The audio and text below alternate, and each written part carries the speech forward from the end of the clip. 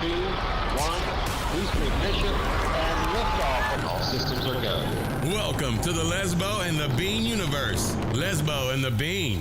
LaTB, LaTB, where mixed martial arts and the UFC get silly. Big silly. Buckle up and move your tray tables to their upright position. And please, somebody shut that baby up. It's time for Lesbo and The Bean. Welcome back, episode 176. We got another fight night on the way out of Brazil. ESPN plus number 2 out of Fortaleza, Brazil. Been working on my Portuguese, my friend. How have you been since we last met, Lesbo? I just have one question. Please. Can I cancel my fight pass? I was going to ask you the same thing later on in the show, because that is the truth. Everything's on ESPN now, right? I don't even know why I need my fight pass anymore, and if you tell me for old fights, I'm pretty sure I can find them somewhere else. On YouTube. Not hard. I won't out it, but... Tell you our little secret library of archive we go into, les use. So... The other real quick thing, because I know we have a big card to get into. Oh, we got a fat one. Does Dustin Diamond Poirier... Does him threatening the UFC have any legs to stand on? Does anyone give a shit? Unfortunately, at his division where he's at, no. I don't think he does. He doesn't hold any cards at all. Where he's like, it's Tony or Connor, I'm renegotiating my contract. There's so many monsters at 155 pounds. It's probably at 170 or the divisions that you can't be like, I'm going to withhold myself. Because... everybody's doing it. It's the cool new hip thing. Connor, Khabib just officially went down. The verdict's out. And may get stripped. May get stripped. That's not real. That's just wishful thinking. But it might be shortened from 9 months all the way to 3 months. And it's already being retroactively instated as far as some of the legalities that came out of that commission hearing for both of those guys.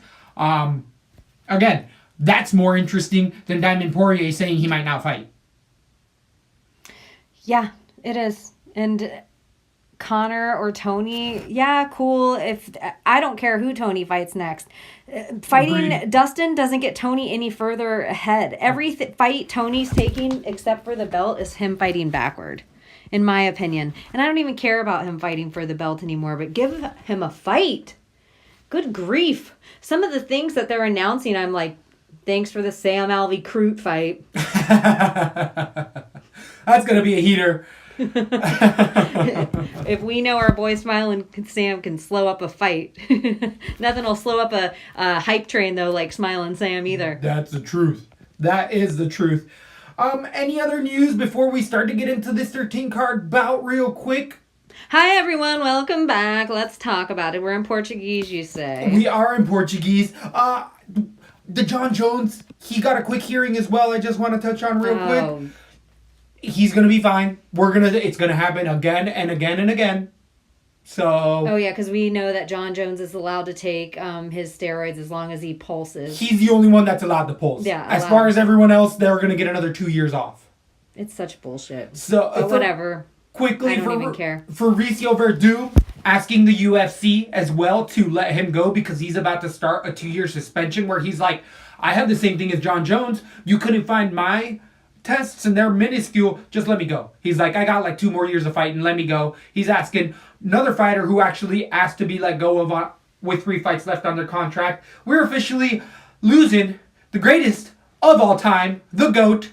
The GOAT is officially open and free agent for all of the MMA world. I see a ONE FC contract coming myself, but Bellator, right in line.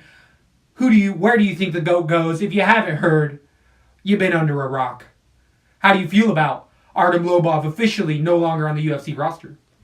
It's fine. It's fine. Agreed. Anyone who signs him is just going to be like, will Connor show up for an event if we sign you?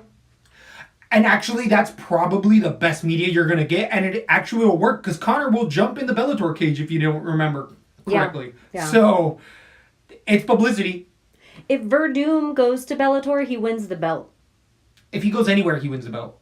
Yeah, he's a bad MF. Yeah. Except UFC. Exactly. but UFC's going to restrict him for What another about 2 years. Verdum versus DC? All day.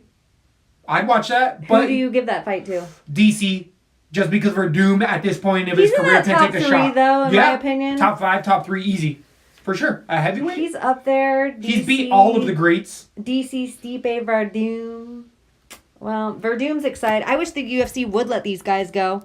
Agreed. I wish he'd Let them just keep going and fighting. Verdum actually does have a fight in EBI on the way, a submission grappling. It's actually combat jiu-jitsu, where it's going to be open hand slaps versus Gordon Ryan. If you're a little ground game freak, you go and watch that, because that's going to be good as hell. Gordon Ryan. Yeah, big BJJ guy. As we were saying, where it all started, out of Brazil, Brazilian jiu-jitsu's finest, Fortaleza has a big fight community. And we're going to start all the way from the bottom, get all the way to the top. Are we high in elevation? I was going to ask you the same thing. I feel like Fortaleza is not high in elevation. I feel like It's by the coast. by the coast. I'm going to say within the 1 to 300. Are they meters out there? Because they don't use that. I think everywhere in the world uses the metric except us. What do we use? Standard? Or what is it called? Newtonian math? I don't know what that. I don't know what I'm saying. Stars and bar math. I don't even know. US of... It's not metric. Algebra. Right. The algebra system. No. It's not. I don't even know what our system's called. Are we that dumb? I want to say the standard system, but obviously it's not standard if it's no one else uses it. But We don't even know our own system. That's how valuable it is. right. Right. Moving on, though, back to the fights. We are going to start off the night at 125 pounds. Really interesting. They're still booking fights for 125 pounds and having fights at 125 pounds. First things first in the UFC, you don't really? trust Dana White. Yeah, I feel like I just saw about It and I is can't think of it off the standard. times. 100%. He's like, oh, yeah, we're going to get rid of him. No, standard in the metric system. It is standard. I think it is standard. I thought you were talking about Dana White. I'm like, yeah, it's Standard. So we're going to start off at the flyweight division with returning Magomed Bibliatov versus debuting Rogério Bontonin. The Portuguese is going to get pushed to the edge this fight, and so is the debuters. We are going to have so much talent that I don't know if Eviden should be around. We'll get there. This is one of the guys that I'm feeling like maybe doesn't deserve to be here as much. He is 14-1. The fighters he's been fighting for the debuting, Rodrigo, does he have a nickname here? Trying to think. Or trying to see. He does not. Rodrigo Bertonin. How will you pronounce that last name? I know I heard it multiple times on tape. I Bontonin? was looking up Brazil. Oh, Fortaleza. All right, you keep on that. So It's either 69 feet high in elevation. Oh, not even 100 feet. Portuguese, like you said. I'm just looking up its period, climate change, to see if there's anything weird this time of year that we're going to have to get into. December's the warmest month of the year. Ooh, good to know. So it's actually going to be hot in January. Yeah, it's going to be warm there. So January, yeah, it should be pretty. January, average temperature, 100 degrees. It's going to be as well. That's like a record high. Average high, 86.9. Interesting. I So wonder that's what warm. Yeah. their dome is, because we have had fight cards in Brazil that have not had good AC, where you see everyone with fans, people shirtless. I mean, fighters will be like, afterwards, like, it was 130 degrees in there. Some little tidbits for when you're watching the Fortaleza? UFC. You'll be like, did you know 79% of that country's Catholic? That would be one that you'd throw up, and that would be how you acted it out, like you just pulled it off. I would have thought it was more, honestly. Really? Yeah, legitimately. Well, 12.5% Protestant, 6% no religion. Wow. Yeah. I'm surprised they're still alive. So, In Brazil. in Brazil, back to Rodrigo, or Rogério. Rogério, 14-1, low-level competition. He's fighting people that are 1-1 at times in there. He has had some, the only credible fighter he had that he actually lost to, his only loss is versus Tanaka, who has had some UFC experience in there. He did win against Gustavo Gabriel via submission 5 months ago on the Contender Series Brazil. But his opponents also low level, out of Brazil. We've seen it time and time again. These guys are coming out with 20 or 25-0 records because they're fighting 0-1, 0-5, or 1-8 type of records type of guys. And this guy, Rodrigo, gets gassed, striking really limited. His takedowns are super slow and telegraphed, and on the ground is where he tends to go for most of his finishes. But when he's searching for his heel hooks or his leg attacks, he just looks a little lost in there. He looks like somebody who's developing. I'm sure he's a higher belt than this, like a purple belt that doesn't really know. He just, at times against his competition, was in really precarious situations, and he got away with it just because his opponents also were not at that level. Bibliatov came in against Moraga, was a huge favorite. Here at LaTB, we had one of our biggest underdogs of that entire year, which was 2017. Bibliatov has not fought since then. Ended up getting smoked with the left hand. Moraga was just too high of a step up.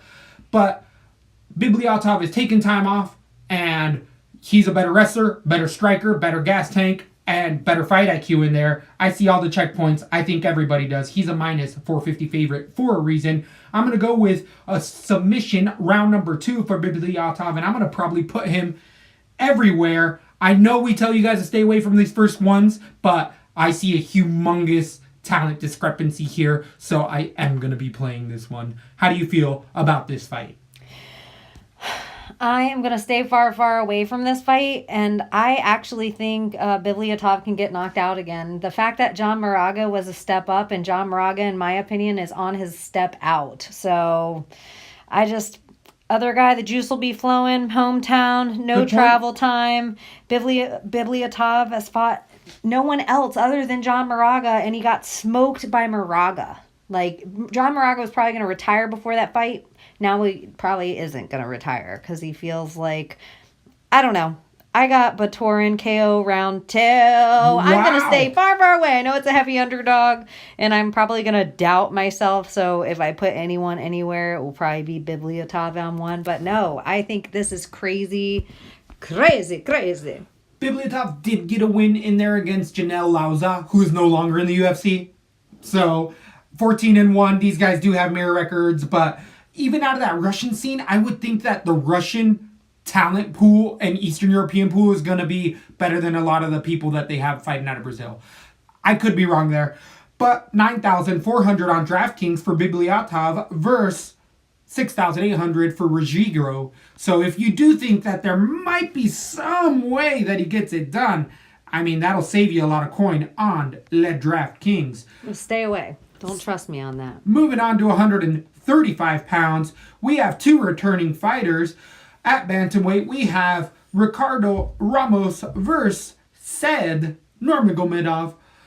It's not Said, it's Said. Is that how they pronounce it? Said. I think it's Said Nurmagomedov. Obviously the cousin of the number 1 champ ever. So 12-1, Ramos is coming off of a split decision controversial win over Kang, and 12-1 Nurmagomedov is also coming off of a controversial split decision to Justin Scoggins. I would honestly say that I felt like Scoggins won that fight and Ramos won his fight, and I have heard a lot of other people saying that both of these guys lost their split decision other fight, and this is a very interesting match because for me, Ramos is a striker. On the ground, he's serviceable, but we know what the Nurmagomedovs do. Good fight IQ for Said. He knows how to mix it up, get a takedown in there, and grind you out. He does have trouble holding you down, but that was also Justin Scoggins, I do think, is, for the low fight IQ, he does have good technique in there.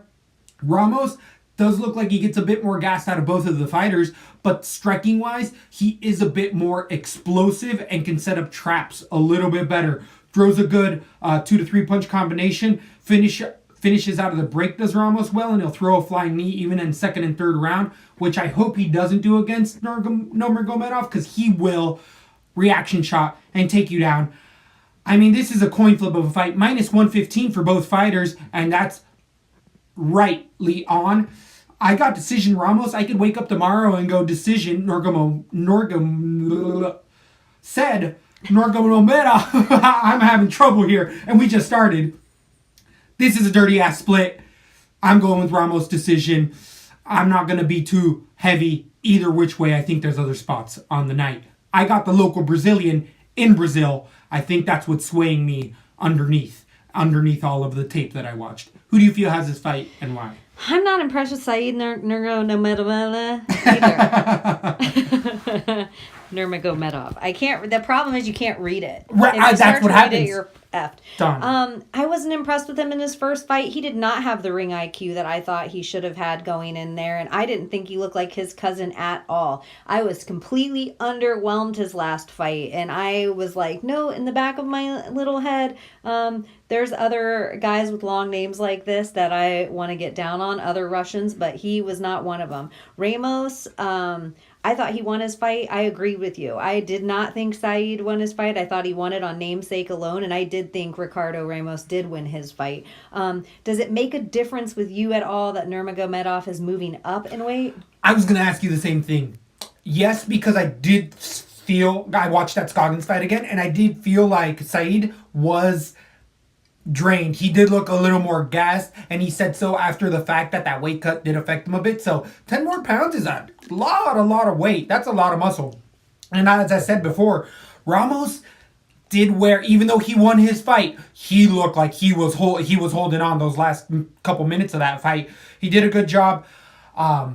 This is going to be a fun one, but it is a coin flip. It is 100% a coin flip, and I do feel like the weight gain for Said makes it a closer fight for me. Yeah, I think Nurmagomedov's going to be favorited by the time the fight takes out, and I think Ramos is a good underdog pick. If you're just doing like parlays or something on DraftKings, though, I don't see either of these guys laying a ton of points. Am I wrong? Nope, I totally see this turning into just of a technique match instead of a striking match, where one guy's trying to grapple, the other guy's fighting a takedown, and maybe there's a couple punches exchanged here and there. 8,200 for Said Nurmagomedov against 8,000 for Ricardo Ramos. I see another ass dirty split. I see a dirty split here too. Dirty split. Does the Brazilian get it? Dirty split Brazilian get it? Or dirty split namesake again? I'm leaning with the local Brazilian for that reason, because I'm just like, it is Brazil. The crowd's going to be anything that Ramos does by landing a strike or even defending a takedown, the crowd's going to go wild, where Said does anything and they're not going to enforce it. So I think the judges get swayed by the crowd on that one. Again, I could wake up and go the other way. That's a close fight. That's a fun one to watch. Profile fight. Really stick around for that one. One that you might be able to skip is going to be 145 pounds. A dreaded double debut. It isn't going to be the only one, but it is going to be the first, with Geraldo de Freitas versus Felipe Corrales. Now, this is some of the absolute garbage I hate out of studying some of this tape, because Felipe Corrales has 27 names. So I was watching like 5 fights of this other Felipe Corrales and was like, oh, this guy doesn't look that bad. And then I fell on his real tape and was like, now I'm all mixed up in my head, because this other guy had really badass front kicks and was looking hella good, and I'm like, oh no. So it was tough to find legitimate tape on these guys, and both of them 8-0 and 11-4 for Geraldo, 8-4 for Corrales, or 8-0 for Corrales. He's fighting 0-1 fighters. I was just gonna say we have better records than some of these. 100% we do, and this is he's fighting out a Jungle Fight, which has been known to produce some high-level competition. Jungle Fight has also been known to set up fights. So when it's a really low-level competition in there, yeah, that's going to happen. This is not going to be the only time we see this tonight, but I believe Felipe, I can't find the exact, here it is, about 3 years, 2 months ago, against Thiago Silva, which is a different name online, Felipe Corrales won that fight via retirement. Yeah, I did see the retirement fight. I watched that fight. That was Felipe Corrales fighting off a submission for 2 rounds. And then Silva getting up after Corrales gets out of the submission, gets up to go back to the middle and start to strike, even though there was no striking for the entire match. And maybe that was in the first round. Either way, Silva stood up, went back to the corner, and sat down. He gave up because he was too gassed. He tapped the fight retirement because he did not want to keep grappling on the ground because he was like, this guy's going to beat me in MMA. That's the level of fighter he's fighting in there. So, Corrales, low level, fights off the submission well, but that's all I really saw in fights. His striking, super loopy, super open. His transitions into shots are okay. He'll push you up against the fence and try to drag you down with a sweep on the outside, but his hips look really weak to me as far as wrestling-wise. Again, it's just low-level competition. Geraldo Faritas, 11-4. He has had a bit higher level of competition. He tends to grind a little bit more, has a little more of that killer instinct on the ground. His transitions are good. He wins a lot of position just because he doesn't stop moving. And Corrales does a lot of that same thing. He actually has a good gas tank. I see this turning into a grinder versus a grinder. Faritas is a better striker. He does have better punches down the middle, and he throws more kicks in there. He can get up off of his back. This I got as Faritas winning a decision, but I'm going to tell you guys, stay away from this. Either one of these guys can win it at any given time, and it's not for any of the good reasons. I think if someone does better overall in their UFC career, I feel like it's going to be Geraldo Faritas. That's why I'm going to pick him for a decision, but this is a garbage fight. Don't put your money on this fight. Steer clear. Who do you have in this one? Is Fritas, is he a far bigger dude? He fights in a bantamweight, and it looks like Corrales. No, they're both 5'9". They're both long guys. Oh, I just mean, it says that he fights at a bantamweight, and then it says that Corrales fights at featherweight, and in Brazil. So it's like they're both ranked in Brazil, but one of them's ranked bigger, and then they're both fighting at 145. At featherweight. Is that featherweight? That is featherweight. Oh, okay. I thought Yep. So 125's flyweight. Yep. So it is Faritas moving up in weight, but if you see him, I'd say he's taller than 5'9". I thought that guy was looking like 5'11" in there. Well, it's just weird to me wiry. that Colares, his last time he weighed in at 134. I just think that's crazy. He could. I didn't look at that. He could have. His opponent could have been 145er. Yeah, it's strange. So, it is one of those jungle fight systems. Again, the competition for both of these guys has been fairly low. It's gonna be a scrap for none of the good reasons, and that's gonna happen a few times. I got Frida's decision. How far are you gonna? I'm going to stay so far away from the fight. How often are you going to bet this one? 8,000. I'm going to stick with what I know, and I don't know either of those guys. It's Faritas 8,400 on DraftKings against Corrales 7,800. That means I should switch to Bibliatov because I'm going to stick You with do know that guy. A slight favorite, minus 135 against the plus 105. Both of these guys also debuting again. Save your money. Don't even put these in a parlays because weirder stuff has happened. Moving on to the heavyweights, though, we have Junior Baby Albini coming back against debuting. You're going to have to help me with this one. Harisio Hazenstruit. Where is he fighting out of? Serbia? Parapalo?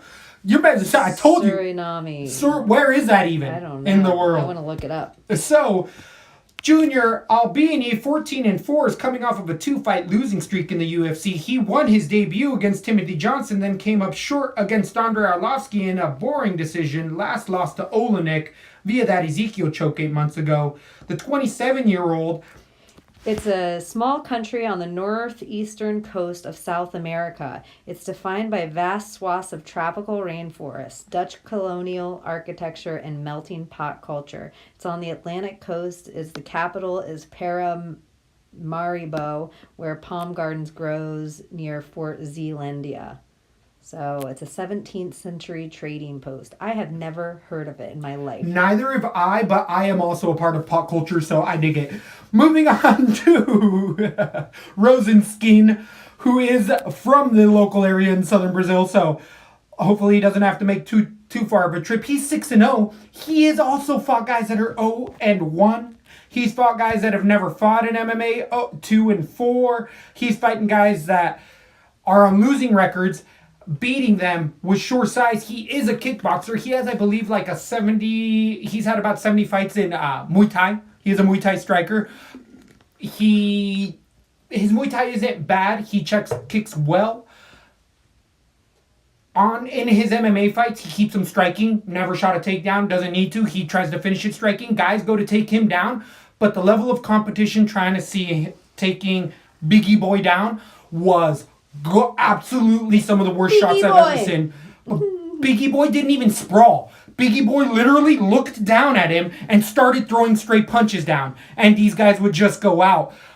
Some of the worst fights I've seen in a long time. Again, we're going to see worse tonight as far as level of fighter than Biggie Boy and his opponents. It is interesting fighting nights, to say the least.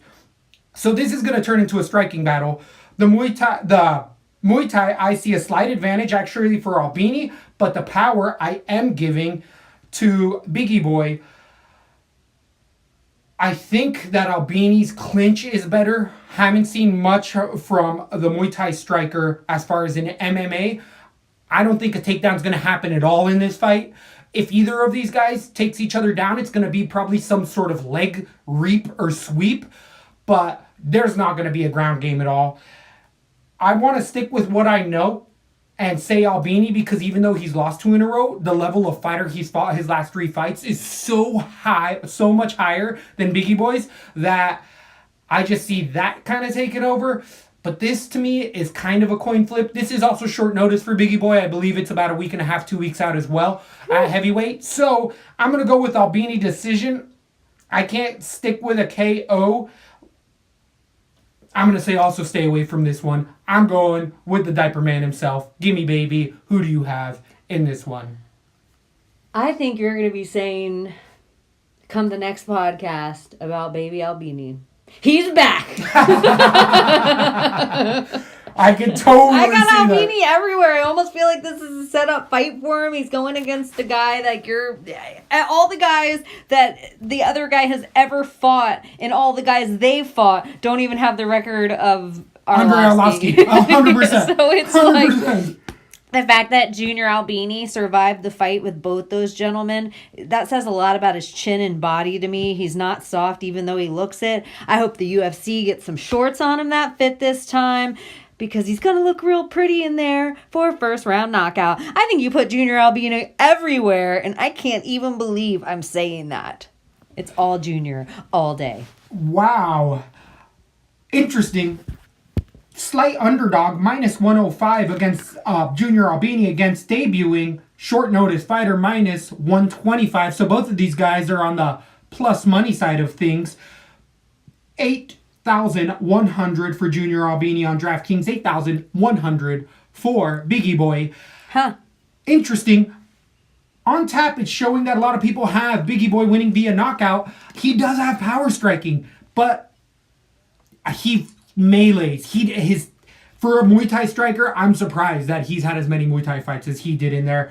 I think Albini is going to be able to show in there. You're getting me thinking I might go away from decision on Albini there. For 8,100, it's a gross fight though. It's a gross fight regardless. So that's going to be a fun one to watch. Moving on to the 125-pound flyweight division, we go from all the way to the heavyweights to the 25er ladies. Mara Romero Borella is coming back in there, trying to avenge her first loss in the UFC against Caitlin Chugagi. And the 11-5 fighter has beaten Kalanda Faria in there, but she's 1-1 in the UFC, has some Invicta fights in there as well against Dudilieva, where she won a split decision, which was interesting fight to say the least. Against debuting Talina Santos. Santos is 15-0, and guess what?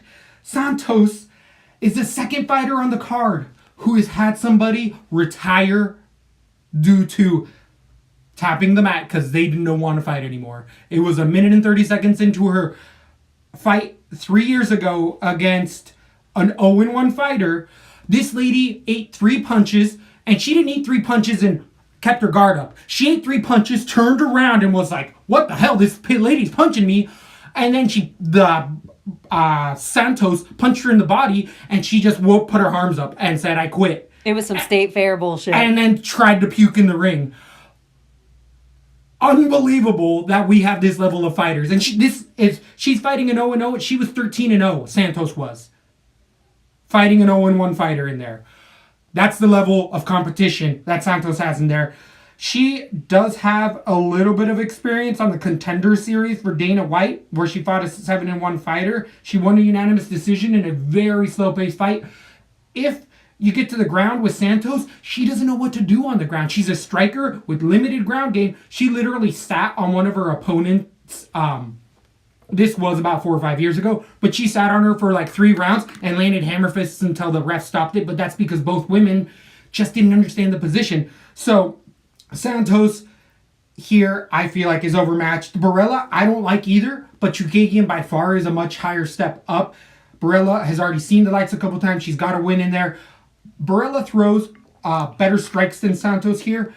It can keep a better pace, and I feel like on the ground, Barella can reverse the positions, maybe not get up, but reverse it to end up on top. I got a split decision for Barella, maybe unanimous decision. This is a complete stay away as well. The points aren't just going to... Nobody's going to get points here. It's going to be a decision. If there's a finish, I'd want to stay with Barella, but I don't know if that happens. You don't think Barella can win by Kia? No, I don't think so. I don't think so. This is a dirty ass fight. If I could make a weird bet on this, I would say that Chookagian can beat every single, at least the last 5 women that Santos has beat. Chookagian can beat them all in one night. The same night, yeah. The same night. 100% agreed. Barella just making it to decision with Chookagian's not a bad deal for me, especially in the 125 weight class. I got Barella decision or KO at the end of round 3 just because I think the competition is legitimately that much higher, and I don't think Barella's all that great. Everything you're saying too, but I also don't think there's going to be enough points laid that if you were allowed to get both women for the price of one, I don't think it'd be worth it. I agree. Interesting here. UFC 10-year fighter here who's 11-5. Barella is actually the underdog at plus 150 against Santos's minus 185. On DraftKings, Santos is 8,600 against Barella 7,600. I kind of feel like the lines are off here. Yes, for sure.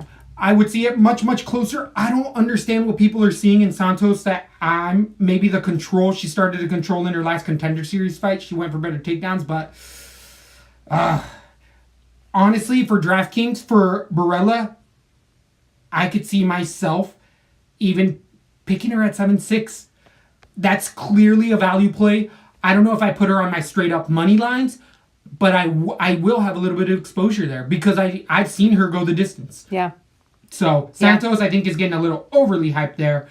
Moving on finally to a couple fighters that we know enough about. Didn't need to do any tape study. Well, not too much of it. Finally, it is happening to me. At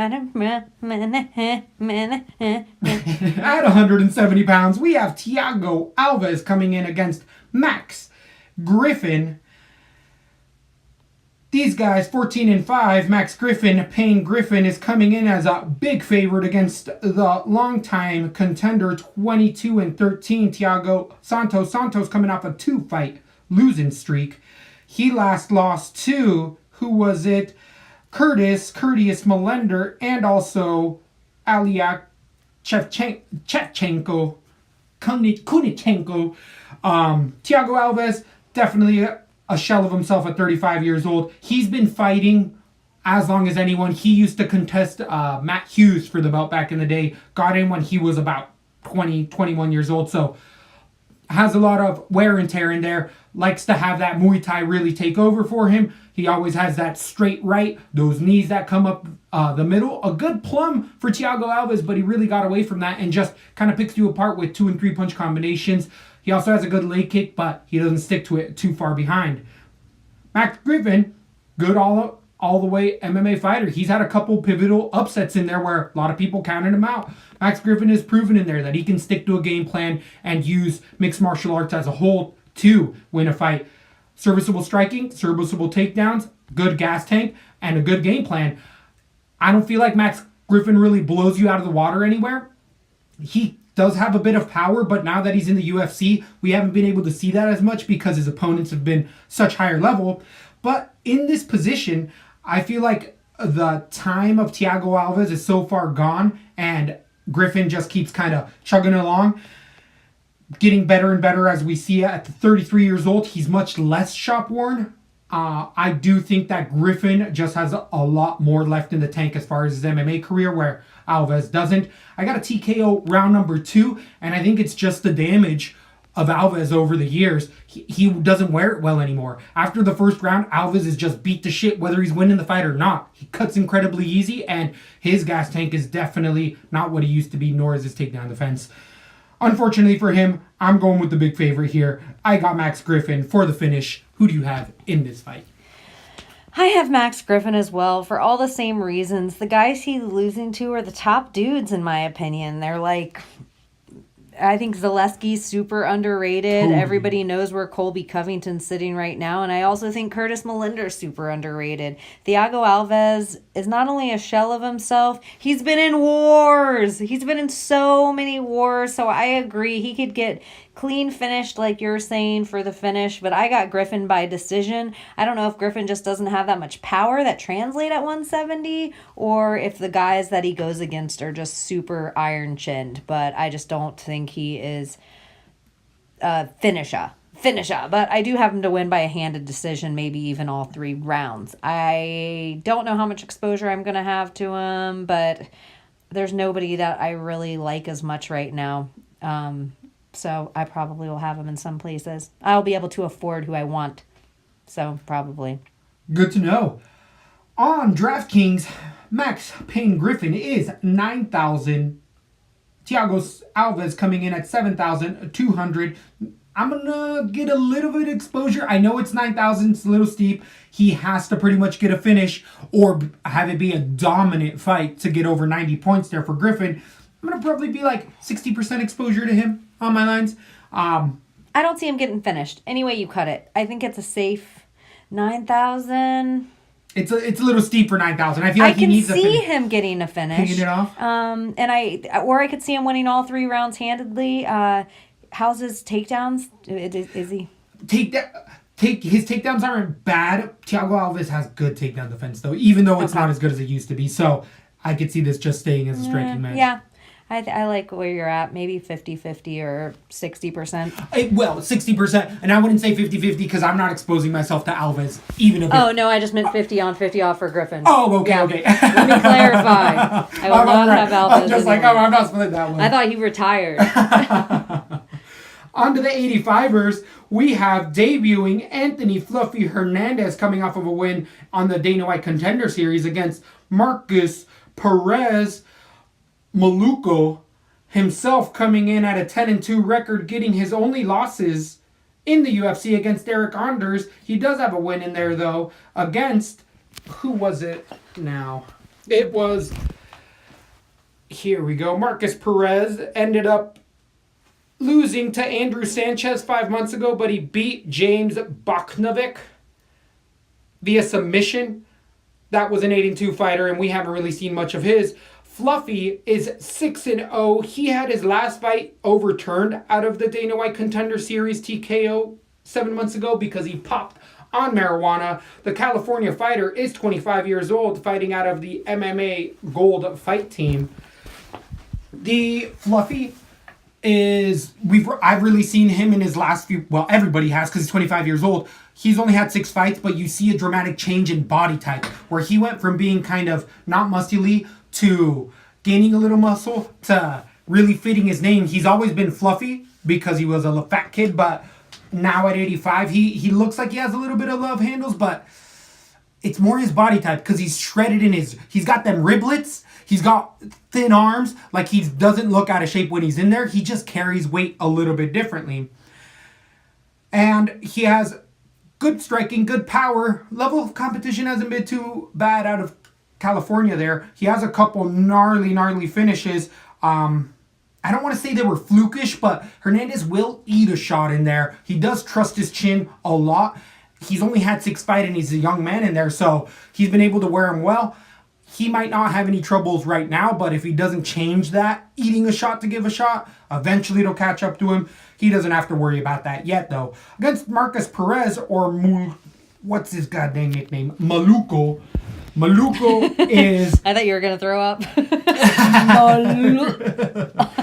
Maluco is a ground specialist with okay striking, has 1 and 2 punch combos, really turns into a one striker after that first round. Gas tank hasn't been good. He's had 3 fights in the UFC, and he shows that he does not wear it well after that first round.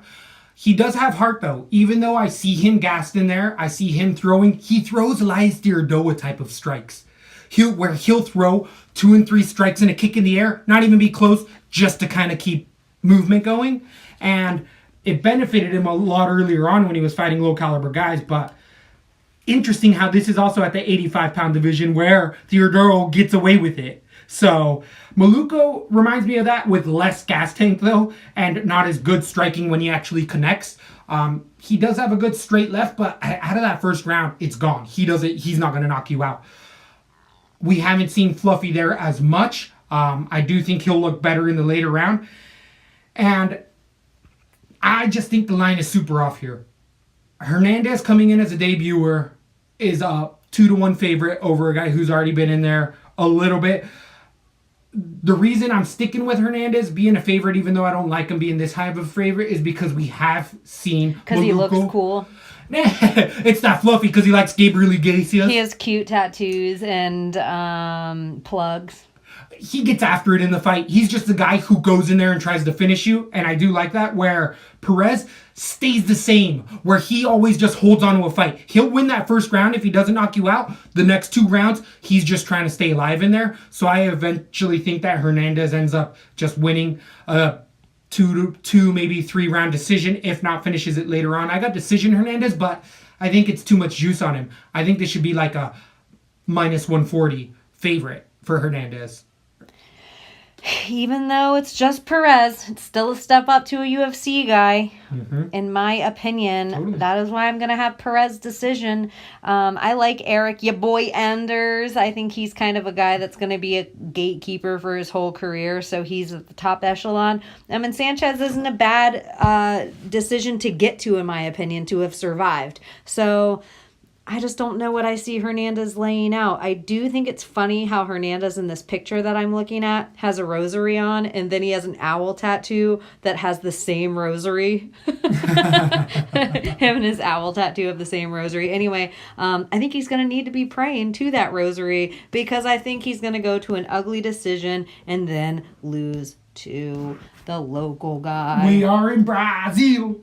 I think you have valid points there. 8,900 for the debuting Hernandez against 7,300 for Maluco. Oh, interesting. I do like Anthony Hernandez's look, though, just in this picture. I'm not going to play Hernandez on DraftKings much there. It's too much. That's too much steam. He has to get a finish against Perez. And if Anders can't get you out of there, I don't know if Hernandez has that much power. If your boy can't do it? That's the truth. It's the truth. On to the 155-pounders, we have another dreaded... Oh, it's not almost. It's a debuter versus a fighter who has fought in there before. 115-pounders? 115-pound card. This is officially the main card in Brazil, by the way. If you haven't liked and subscribed by now, you better. There's going to be money to be made. There's going to be a couple free bets. I don't know how many I can give out this week because they tough. It's tough. Unless something weird goes down at weigh-ins. Yeah, right. So more of a reason to stick around at Zoltanite, at Weakneck Baby, or just at Lesbo and The Bean to get all of those feeds put together. So the returning Sauzas coming in against debuting Sarah Fortana, the Tetra? Frodo. Frota? Is it... I don't know. She looks Treta? frightening. Treta looks like she got that Fallon Flocks treatment. Frota. That Fallon Flocks treatment where... Do you remember who she is? Is that the man who was a woman? Used to be a man who is now a woman. Yep. I think that She doesn't look like that at all. I think Sarah Frota looks more like a him if we're going to start changing pronouns. I don't, but she just looks like Butch. Agreed. Very Butch. I don't mind her plugs. She looks like she has tough hands. She won her last fight. She looks like Mr. Steal Your Girl. She she won her debut in the Contender Series. TKO punches against Almahaza, who, again, look at that fight. Am I Very being low-level sexist competition. to think that Frota looks like she can throw punches, though? It's like she looks tough as nails. Yes, I do think you're being sexist because I don't They think ain't Nunes doesn't look like she could throw a punch. She'll crack you. She doesn't Amanda look like Nunes? she doesn't look like she has tons of power. She looks scary to me. Oh, really? Like if I saw her in a Cyborg, club, if I saw Cyborg, I'm like, I'd be that lady scared. knows how to throw a punch. I think Cyborg too. I'd be scared. So, but these punches actually like Cyborg with Fruta, she winds up on her shots, goes to the ground, and she cranks on guillotines. Whatever she gets in on the ground, she cranks it. She goons it. She muscles it. It's not necessarily the best technique, but she does use a lot of strength, which eventually does get her into trouble. She is 9-0, but against low-level competition, and we haven't seen anyone really push her because she blasts people out of there and just beats them with sure will. Salza is probably going to be one of the better competition she's had in a while. Actually has a few UFC fights. The 12-1 fighter has some Invicta fights. She won her debut against Alexis Chambers submission guillotine 4 months ago, but Chambers doesn't deserve to be in the UFC in there as well. So essentially it is a double debut for me. But on the ground, Salza also likes to get to the ground. The better puncher or harder puncher here is Frota, but Salza on the ground is much more intelligent and goal-oriented, where she goes for the takedown, to the side, to the mount, and then works punches until you give up a submission, where Frota just kind of waits for something to happen and snatches it up. So she's more fly by the seat of her pants and chance, where you can see, for me at least, Souza has a plan. So I'm going to go with the fighter who has a plan more of the time, and I'm going to end up picking Souza submission round number 2, if not 3. I think the gas tank holds for Souza and not so much for Frota, especially after that first round.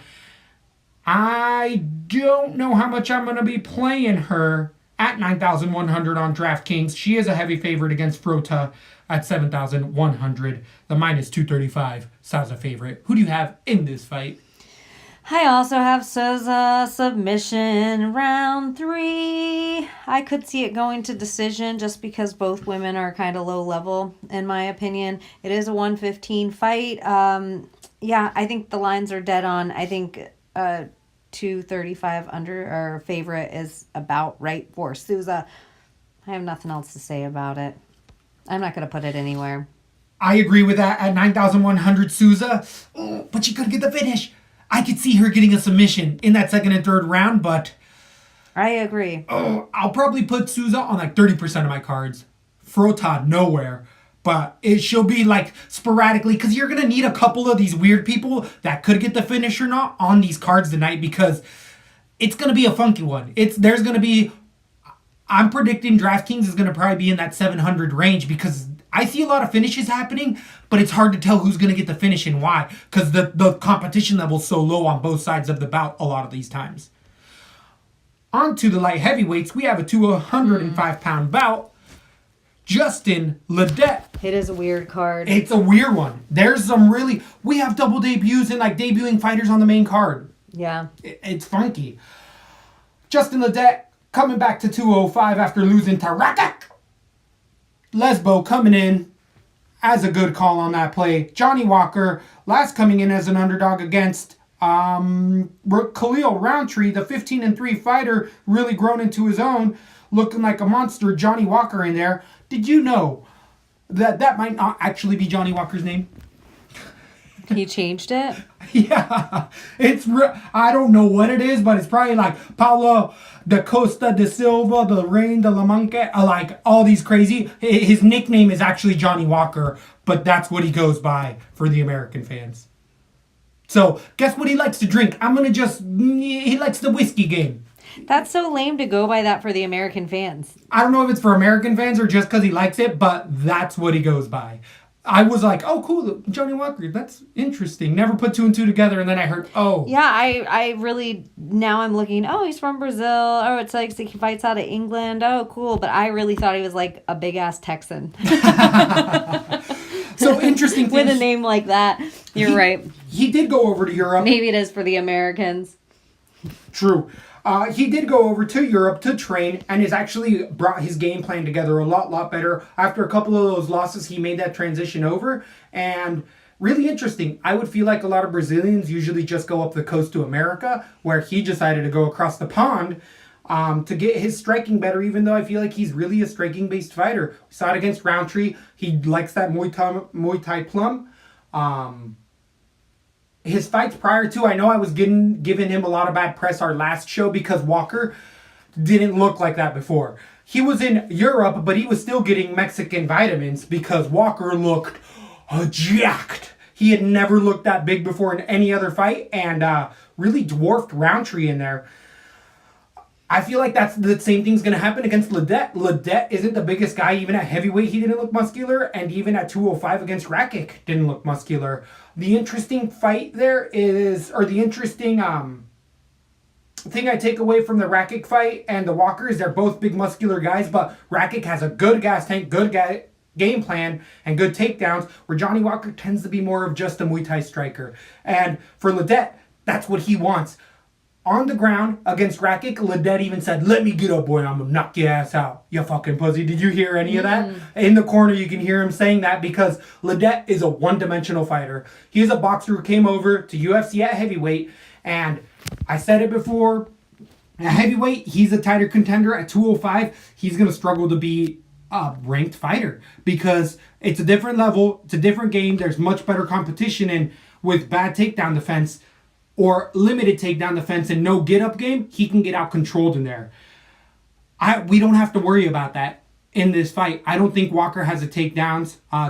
That if he does get it down, I didn't see Ledet get up from Rakic, but I'm giving Rakic that much more hype. I think Rakic is an underdog in the division, a dark horse, who actually is going to be a top contender, where Ledet, I think, looked a little worse than he really should have in there.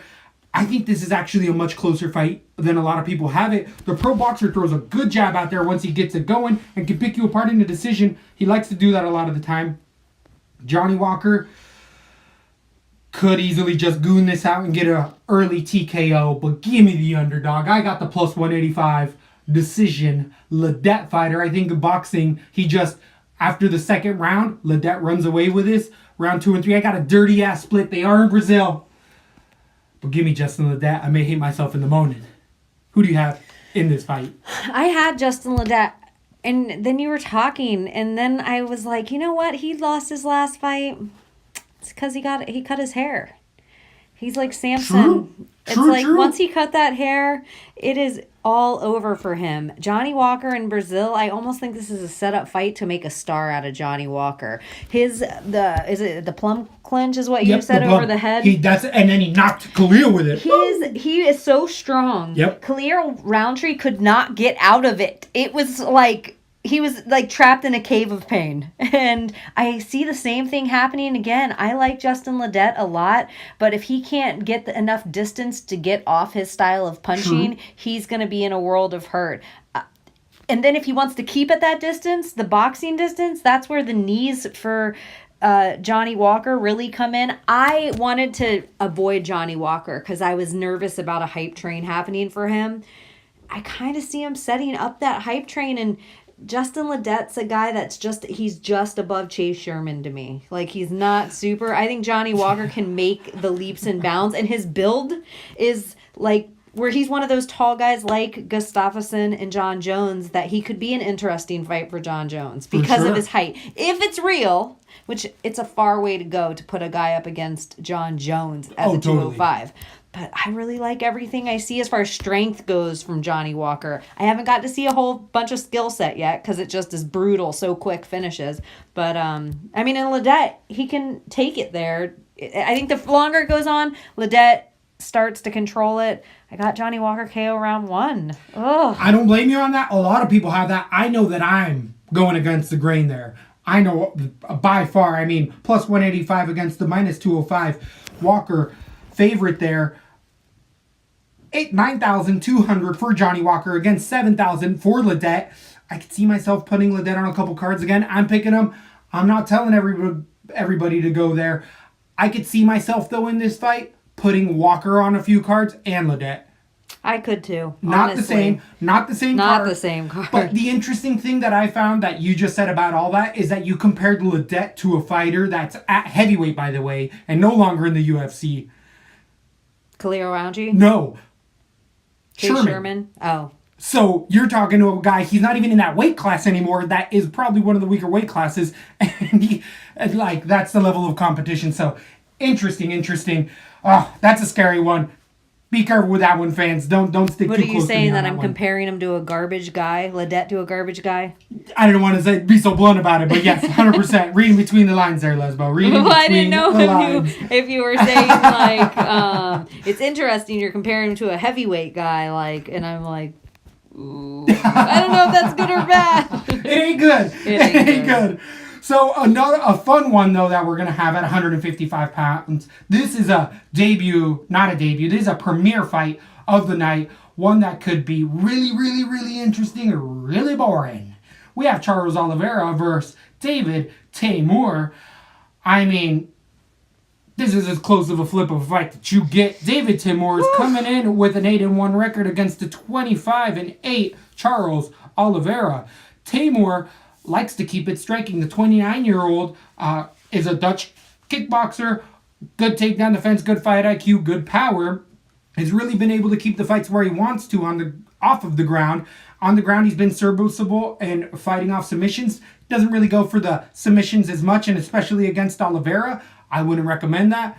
Going to the ground at all with Oliveira, because he is an octopus in quicksand down there. He will eat you right up, especially lately in his last 3 wins.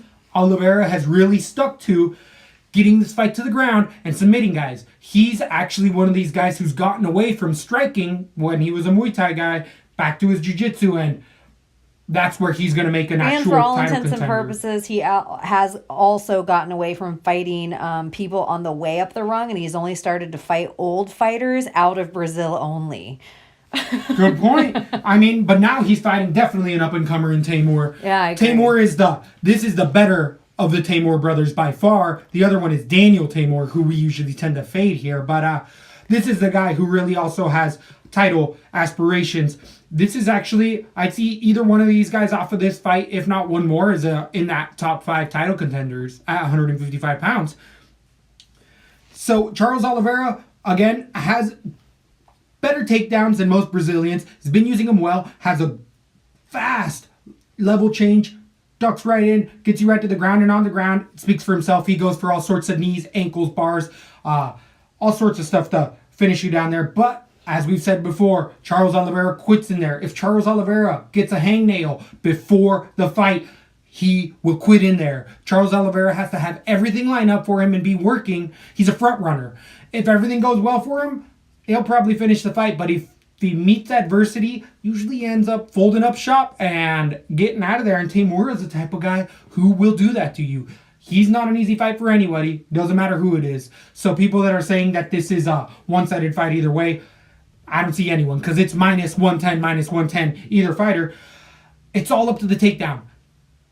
Oliveira's good enough that if one takedown happened, that's all he needs in order for this fight to be finished. Teymur has not shown me enough to, especially against ultra high level like Oliveira on the ground.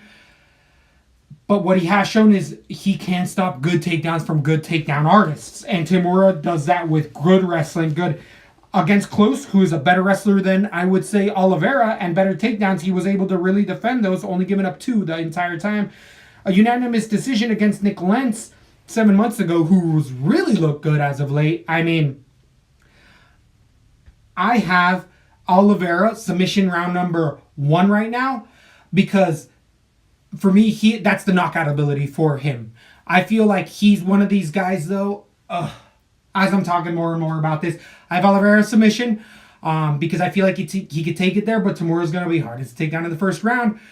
Oliveira, what I don't like, though, is if he stops getting his double leg takedowns, he flops to his back, or he'll... And starts doing... come here. Come down. And all Teymur does, have to do is turn around and walk away, and he wins a decision fight here. Yeah. So, as I'm saying, I could see this being a finish for Teymur. Oliveira, knockout Teymur, submission Oliveira in the first or second, or I could see it being a boring-ass decision where Teymur just stays away, picks him apart, wins a point decision, and we just see a 30-27 kind of... I'm starting to lean more towards that for all the wrong reasons. I feel like Teymur just kind of engages enough to win the fight, and Oliveira just tries to get him to the ground and doesn't succeed. I'm switching on air. Teymur. I could wake up and go submission Oliveira again. I got Teymur decision right here. I'm not seeing myself putting either one of these guys on my DraftKings. I don't see this. If there's a blowout, I see Oliveira. I think Teymur could finish fast because I think Oliveira has a soft ass body and he's a quitter. Good point. Good point. I think Charles Oliveira's beaten a lot of veterans of late, and it's all by a quick submission. I'd like to think David Teymur is a little smarter than that his ring IQ is not going to get him cinched up, but Charles Oliveira's been pulling the Brian Ortega. I also think that this match could go kind of like Max Ortega, where David Teymur stays far enough away from him the whole time and just picks him apart from the outside, like you're saying. I hope he doesn't go to the ground at all. I've changed on air. I had Oliveira submission round 1, and the more I really like Nick Lentz. I really like Lando Venata. I really like Close. I those are all guys with really strong ground games. They're all guys that I think if he were to fight any one of those guys again, I'm not bummed about the rematch of it. I think they're for the hardcores where they look like a boring grind, but they're really just a very tedious master match. Charles Oliveira is in Brazil. And when he does finish, he finishes cleanly, fast. I just don't see David Teymur being one of these vets that's looking for a quick paycheck and on his way out. He wants the belt still, and that's why I have Teymur KO round 2. Wow. Big switch. We both had submission round number 1 on that and switched them on air. I know. It's just the more I started thinking about Oliveira, he's beat a whole bunch of guys that aren't chasing the title. True. And I think that is a mindset, like you're saying, that Charles Oliveira doesn't have. That's a good point. That's a good point. Ugh. I do think this is one of those mental plays potentially here. 8,500 for the even fighter, Charles Oliveira, against 7,700 for David Teymur. Guess what I'm putting on my DraftKings? I could have them both on cards, but not together. I agreed. And I actually would see say a finish. I do like your decision, though, too, of him just walking away and keep stepping back. And win a point fight. Mm-hmm. Totally. And so, yeah, I can see Charles Oliveira keep trying to jump into submissions that don't work and then lay there and then the ref telling him to get up. And then, I do see exactly that as well. Right. So, interesting fight to say the least. On to, though, the welterweights. We have Liam Good coming back after a while. And there's he fought 2 months ago. He had a suspension a little while there for some steroids off of his Zaleski loss, but he's last come back in. The 20-4 fighter last beat Ben Saunders TKO 2 months ago, but a lot of us saw that coming. He's coming in versus Damian Maia, 25-9. The Brazilian local is definitely a jiu-jitsu ace. We know what he does in there and what he does best. He's actually a serviceable striker. Went in there against Silva and a lot of other guys and never looked bad. He's never truly been outclassed on the feet, Damian Maia, but he is getting up there in age at 41 years old at 170 pounds. I don't think you find any other fighters older than him right now at the 175-pound division. 85, 205, yes, not 70. So Damian Maia's coming off of a 3-fight losing streak. All of them have been against essentially title contenders. Against T. Wood for the belt, he lost. Then he lost to Colby Covington. And as of late, Kamaru Usman, who's challenging for the belt. And those 3 guys, stylistically, are the perfect match against Damian Maia. It is a wrestler with amazing takedown defense that can keep a good cardio and has serviceable striking. Good has serviceable striking with tons of power, an iffy gas tank, and not the best takedown defense. So, stylistically, this is where Damian Maia does his best work. Damian Maia, he throws that overhand right, actually caught Colby Covington a few times. Colby Covington didn't get out of that fight unscathed. He was dripping by the end of it. Damian Maia can go a full hard 5. If you want to look at what Damian Maia does best in there, go to BJJ Scout, where he breaks down Damian Maia and Ben Askren. And Ben Askren and Damian Maia have very similar styles.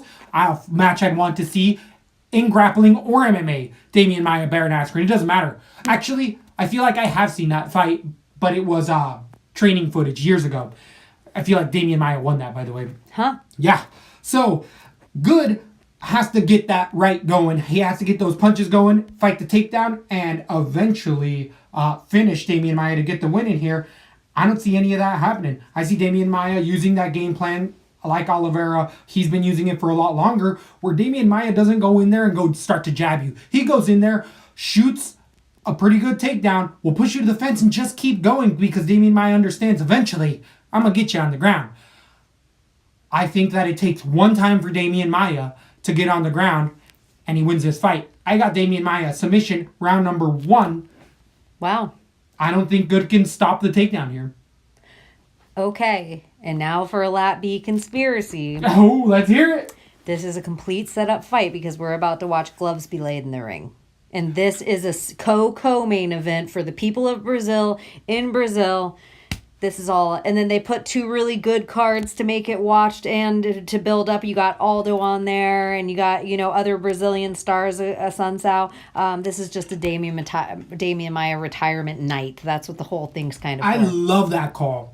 And that's Submission the best way to round go. 1, gloves off, laid Done. in the octagon. Yeah. Thank you, little tears, 170, Dunzo, Maia submission round 1. Put him everywhere.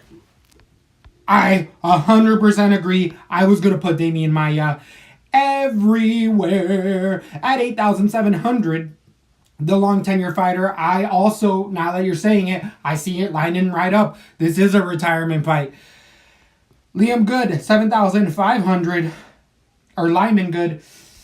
He does have a ton of power, but if T Woods couldn't knock you out, do you think Good's going to be able to? No. Exactly. And I also, the last 3 guys that Damian Maia has gone against were all, like you're saying, all very similar styles. Best wrestlers in the nation. Best wrestlers, yeah, and in the nation. And the UFC. Like 3 of the best wrestlers in the UFC, not counting Daniel Cormier. And then also, they all have killer hands. They couldn't really unload them because they were fighting Damian Maia and they wanted to use the smart game plan and all that. But he was fighting like every 3 months, every 4 months, like just putting his body through it. Yep. And then he just took 8 months off too. So I think the weight cut doesn't scare me as much either. And I don't hate Lyman Good here. I still think he's one to pay attention to for a couple fights going forward. I think you can pull him as a heavy underdog, but it ain't going to be tonight. And I actually think he'll get a quick fight. So you're going to see him. That's what I was going to say. If you were Good, if I was Good, I'd be like, okay, I can get a quick fight. If I lose, I'm not going to suffer brain drama. And he's like, oh, I beat Ben Saunders. Of course I'll fight Damian Maia. Like, not the same. Not the same at all. But not the same. Yeah, I totally agree that this looks like it could be set up in favor for Maia. But again, Good can crack. He can crack, and it is an MMA match. So I'm gonna still probably put Maia though. I'm gonna say like on 80% of my cards. I think you do it. I think the lid's going to be torn off when Maia lays down them gloves. He's going to say all the right words. The people love him. And then the energy is going to be, you're going to feel it. Can you feel it coming in the air tonight? And then it's going to be Jose Aldo. And then it is the co-main event. A 3-rounder because Jose Aldo gets what he wants. We have Renato Moicano coming in there off a 2-fight winning streak. The 13-1 fighter. Last beat Calvin Kattar and Cub Swanson via submission, rear naked choke 5 months ago. Jose Aldo is 27-4. Last beat Jeremy Stevens. Prior to that, losing to Max Holloway and Conor McGregor. But we know Jose Aldo. We know what we get in there. One of the best fighters of all time in the Hall of Fame. I don't care what you say. They are in Brazil. The juice might be loose. We haven't really alluded to that too much throughout the night, but we are in Brazil. So I wouldn't be surprised. Brazil.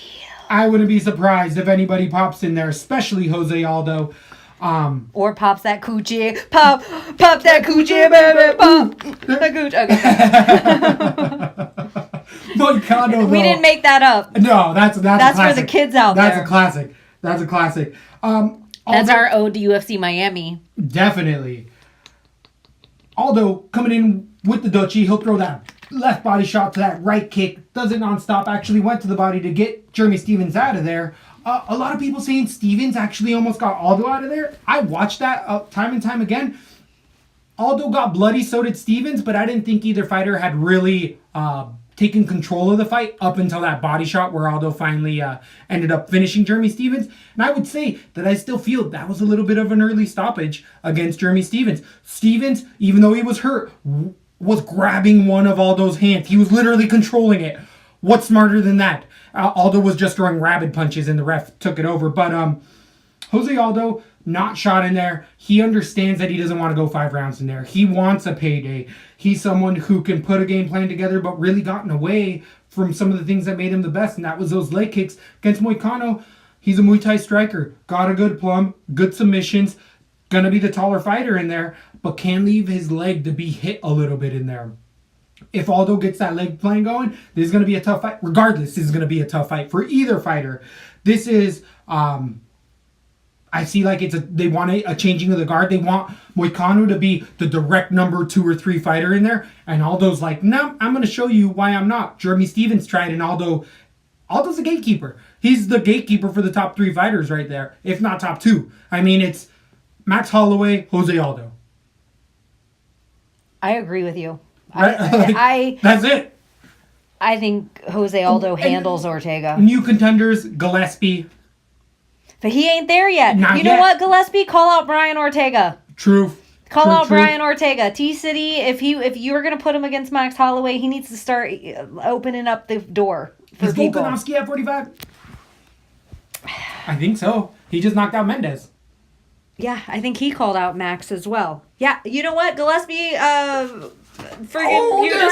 You just said it. Gillespie versus Volkanovski. That's the fight. Woo! That's a wrestler's dream match. That's a wrestler's dream match. Woo! Someone's leg's gonna get pregnant in that one. Pop that coochie. Pop that coochie. So Moicano likes to be a striker in there on the ground, crafty as hell, super long. Moicano's one of those guys that's 5'11", looks like 6 foot. We're gonna see a big discrepancy there, but Jose Aldo's fought tall guys before. There's nothing in here that Moicano's gonna do that's gonna show me anything other than going back into the mindset of things. Jose Aldo knows he doesn't want to go 5, and I could see that if it turns into a real dogfight, if there's someone to quit in there, is it the guy who's already been to the top of the mountain or the guy who's coming his way up the first time? I feel like Aldo will be like, all right, young kid, if it gets there, you take it, you beat me. Where Moicano's not even in that mindset. Moicano's like, no, dude, I'm running right through you. Does that make any sense at all? I could see Aldo quit a little more, even though we've never really seen him quit in there. Oh, I don't see that at all happening. I feel like, 15 minutes? Aldo does that in his sleep. Yeah. When was the last time we seen Aldo? I don't think I've ever in my whole UFC career watched Aldo. I know I can look back at old tape, but as far as since I started watching, I've never seen him do 15 minutes. He's only done championship rounds. Until he got knocked out. I'm just saying, if that fight happened again, I don't think that fight happens the same way. If the Brian Ortega, though, versus Moicano happen again, I don't think that fight happens the same way. I agree. I love Moicano. I think the kid is one to watch. He's not necessarily a kid. He's almost 30. I just don't think Aldo's ready to give it up yet. I think we might see this happen again one day, but I think Jose Aldo fighting a couple 3-round fights and just being one of these guys, I still think he's a very dangerous man. And I am not even thinking about his leg kicks. I think he has killer hands, great takedown defense. Sure. I'm not worried about him getting submitted at all. Whoever wins this fight, in my opinion, fights Brian Ortega next. I think that's the fight I want to see. I think it's Jose Aldo. I need to see Brian Ortega versus Jose Aldo. Interesting. That is a really, really good one. Any of those guys. Put I them got all in the Aldo bag, mix decision them though. I together. don't think it's a finish, and I just think this makes Moicano that much more dangerous. And actually, I had Moicano decision, and the way you were going about it, I thought you were going to go Moicano as well, talking about a young up-and-comer, but I'm switching it back to Aldo as well. I think, Aldo's not going to be surprised anywhere in here. Aldo's been hit before. And I love Cub Swanson, but Aldo is leaps and bounds better than Cub. And he proves it in there. And who outworked Cub more, Moicano or Jose Aldo? I'd say Jose Aldo did a few times. Agree. And those Max Holloway fights, no joke. The second one was just Aldo being legit to us because something fell out and we needed another fight in there. But then he took tons of time off in between, at least a full 6 months. And then, it was a little early stoppage on Jeremy Stevens' part, but he handled Jeremy.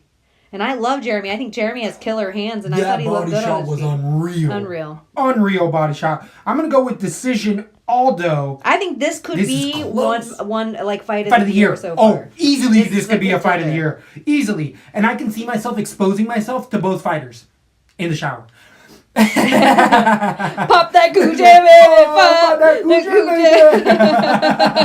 Gucci. But no, I can see myself putting both of these fighters on DraftKings cards, either one. Moicano, 8,300 on DraftKings. Not the same, though, because it's only a 3-round. Agreed. Not the same card. One or the other throughout my night. Aldo, 7,900. I'm actually going to put Aldo on a bit more cards for that 7,900. I like that. We finally made it. You finally got there. If you haven't hit that notification button, you better. Actually, are we going to start getting limited by YouTube? I saw that they're changing their parameters and they're going to start. The conspiracy theories are going to be pulled right off of there. And you know how LaTB likes to do it. We always do the UFC conspiracy. Not only UFC, but it definitely one of the high points. Interesting if it does that. That does affect us. So be sure. Maybe they... Getting all Q anonymous on here. They like to unsubscribe our fans, so if they did, go make sure on your YouTube you got in there, hit subscribe, and you're going to be good. You're like, hey, see what I did there? See what I did there? So we have the main event of the evening at 135 pounds. We have a rematch between Rafael Assunção versus Marlon Moraes. Both of these Brazilian fighters have moved up to the Americas, Jupiter, Florida, for Moraes against Assunção's Georgia training camp. Assunção's 27-5 against Moraes is 21-5. Assunção's already won this fight in a controversial split decision. This was the debut fight for Marlon Moraes in the UFC coming off of that WSOF career. Some more Brazil on Brazil hate. They're trying to do that all night. We're trying to take this guy's steam and give it to this guy. Actually, I find this play much, much better than a lot of the times before where they put a Brazilian guy against an American or against a European and then the Brazilian loses. Brazil against the world. This way, at least one of these Brazil wins. Exactly. Yeah. Brazil wins regardless. So people will be like, all right, they don't I have tear a bad apart the taste in my mouth. stadium. Exactly. So I actually feel like this is a much better play instead of Brazil against the world so much. But Assunção got it done before. This was a huge step up. Since then, Moraes has come up with some humongous wins in there. Last 3 in a row, his only loss was to Assunção. Last 3 in a row to Dotson. Then he also finished Aljamain Sterling and Jimmy Rivera. I mean, in 10 seconds, did he get Jimmy Rivera out of there 7 months ago? Unbelievably fast. But we are not going to see that happen with Assunção. I know for a fact that you can put that year 7 months ago that they last saw each other, and we're going to see a lot of the same fight come about now. Rafael Assunção does the same thing every single fight. Great striking defense, great output, good body, the head, to clinch, good takedown defense, good takedowns. Rafael Assunção is a monster anywhere. Rafael Assunção also has a win over TJ Dillashaw. Rafael Assunção is just a perennial gatekeeper, which the UFC hates because he doesn't have knockout power. Rafael Assunção beats you by points. He might submit you in there, but against Moraes, that's not going to happen. Where he used a lot of his veteran tricks against Moraes to be able to win that decision. Takedowns did play a role in there, and in this fight, the 36-year-old is going to keep representing himself the exact same way it has. The 30-year-old, Moraes, I feel like is the one to make the bigger leaps and bounds. I feel like he grew after that first time against the Sun Sao. He realized, oh, this is UFC level. This is what I need to. So his last 3 fights, even though they've been a lot quicker, it has changed. It has changed the game plan of Mize. I've heard him talk about that, like, oh, I went in there to fight a Sun Sao a certain way, and I realized I need to go in there and do what I do, and that's throw hands and not worry about it. So I got this fight going all 5 rounds. I feel like this stays a tactical fight. I feel like everywhere this is going to be close. If there's a knockout, it's more than likely Moraes, but I think a Sun Sao, as much as Moraes learned from a Sun Sao learned as well. So I feel like this turns into, even though the last one was a decision, I feel like this one is even less eventful. I feel like both guys come out even more cautious than before because Moraes isn't going to go out there and let it all hang out knowing that a Sun Sao can counter everything.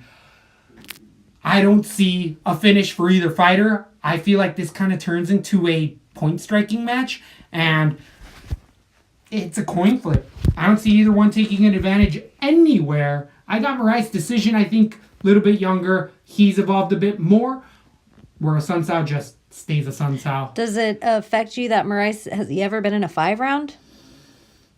I think he has. It was WSOF. So again, lower competition. I just don't like his body build. His build to me is that is going to get burnt. And so if he doesn't knock out a Sun Sao and do something crazy in the first 2 rounds, I just see him getting just that muscle chewing through his cardio by the 3rd, 4th, and 5th round, where I do see it getting boring, like you're saying. And even if he handles the Sun Sao in those first 2 rounds, you got to lay TJ Dillashaw speed and amount of points to control around from a Sun Sao. So I just see a Sun Sao handedly taking 3, 4, and 5, maybe 2, 3, 4, and 5.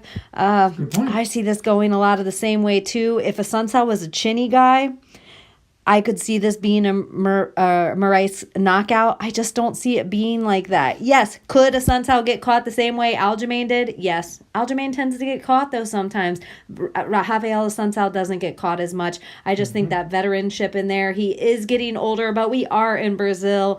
I agree with you. This goes all 5 rounds, and when you said that, it solidified my pick. I got a Sun Sao with a handed decision there. I love that play. Absolutely love that play. If it was 3 rounds, I'd have Moraes for the knockout because I do think he'd let it all hang out. Right. But because it's the 5 round, I think we watch. I don't know why the 5 round fight, the fighter that haunts me, it's like they get that Stephen Wonderboy Thompson mindset. And it's like all of a sudden we see that like slow, stay away, point fighting. Yep. The favorite here is Marlon Moraes at 8,800 on DraftKings against Rafael Sun Sao, 7,400 plus 150 underdog. Lesbo going with the underdog, and I got Moraes' decision, but I can wake up and go with Sun Sao. I think you make a really valid points. I'm going to wait for weigh-ins on this one. You got to like and subscribe to see where we finally stick with this, because this isn't the only fight that I could change my mind on. There's a couple. This is a nasty little card. It's a nasty little card. And not the best way. And not this not nasty. This nasty. This somebody popped their coochie all over this card. We should just end it there. Bye. Lesbo and The Bean. Thanks for listening to LaTB. For all things Lesbo and The Bean, head over to lesboandthebean.com or follow us on Instagram, Facebook, and Twitter.